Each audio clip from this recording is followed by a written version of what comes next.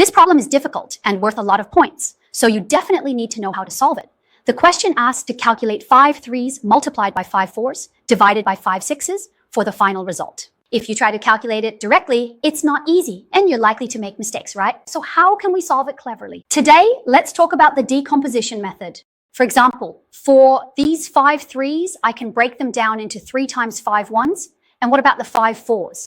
That can be broken down into 4 times 5 1s. Next, what we need to divide by is 5 6s, which can be broken down into 6 times 5 1s, right? The next step is to remove the parentheses.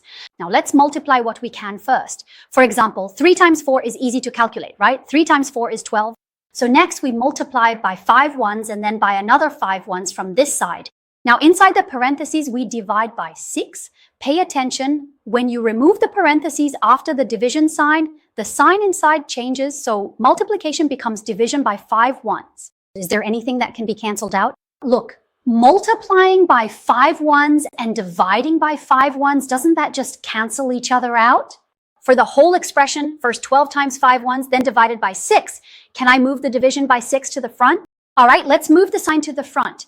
Dividing by 6 and then multiplying by 5 1s. 12 divided by 6 is 2, 2 times 5 1s. So the final result is 5 2s.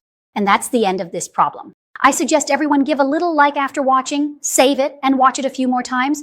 Otherwise, if you want to use such a useful method again, you might not be able to find it.